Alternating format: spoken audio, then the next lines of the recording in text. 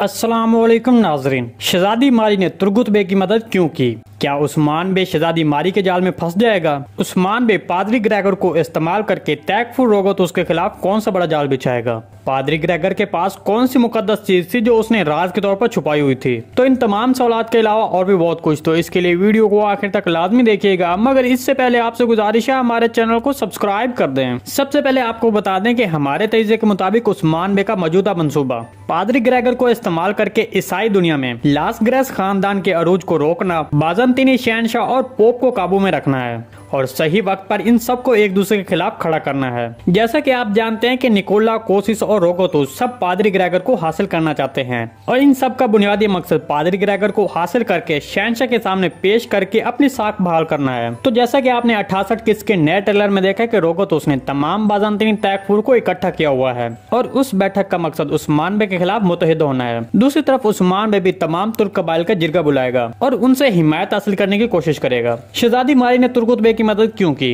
देखें, शहजादी मारी ने स्क्रिप्ट के लिहाज से तुर्गुत बे की मदद की है। मतलब अभी कुछ ऐसा नहीं हुआ है कि शहजादी मारी को तुर्गुत बे से प्यार हो गया है, क्योंकि इसके बाद आपने देखा कि शहजादी मारी ने बालातुन को इस एहसान के बारे में बताया जो उसने तुर्गुत बे पर किया था और शहजादी मारी ये चाहती थी कि बालातुन ये बात उस्मान बे को बताएं। अगर आपको 67 किस याद हो तो जब तुर्गुत बे मारी और कोसिस के हाथों में था तब मारी कातलान की आमद के साथ ही वो खंजर तुर्गुत बे को दे देती है।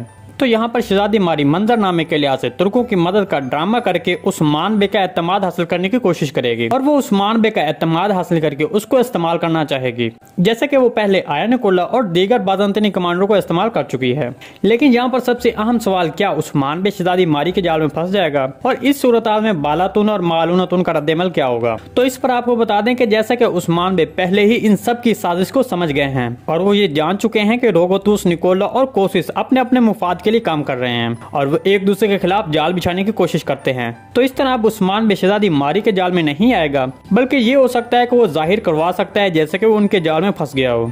दूसरी तरफ मालूनतुन और बालातुन का रद्द-ए-अमल हमारे तजज़िये के मुताबिक एक दूसरे की मुखालफत में इनमें से कोई एक शहजादी मारी की सपोर्ट करेगी। इसके बारे में आपको क्या लगता है? कमेंट सेक्शन में लाजमी बताइएगा। इस सारी रिपोर्ट के बारे में आप भी अपने ख्यालात का इज़हार हमसे कमेंट सेक्शन में लाजमी कीजिएगा। जी नाज़रीन, आज की वीडियो बच जाए तक की उम्मीद आपको पसंद आई होगी। अगर हमारी वीडियो आप तक बर वक्त नहीं पहुंच रही तो बेल आइकॉन लाजमी प्रेस कर लें ताकि हर आने वाली नई वीडियो का नोटिफिकेशन आप तक बर वक्त पहुंचता रहे। वीडियो अच्छी लगी तो इसको लाइक शेयर कर दें। मिलते हैं किसी नई वीडियो के साथ, तब तक के लिए अल्लाह हाफिज।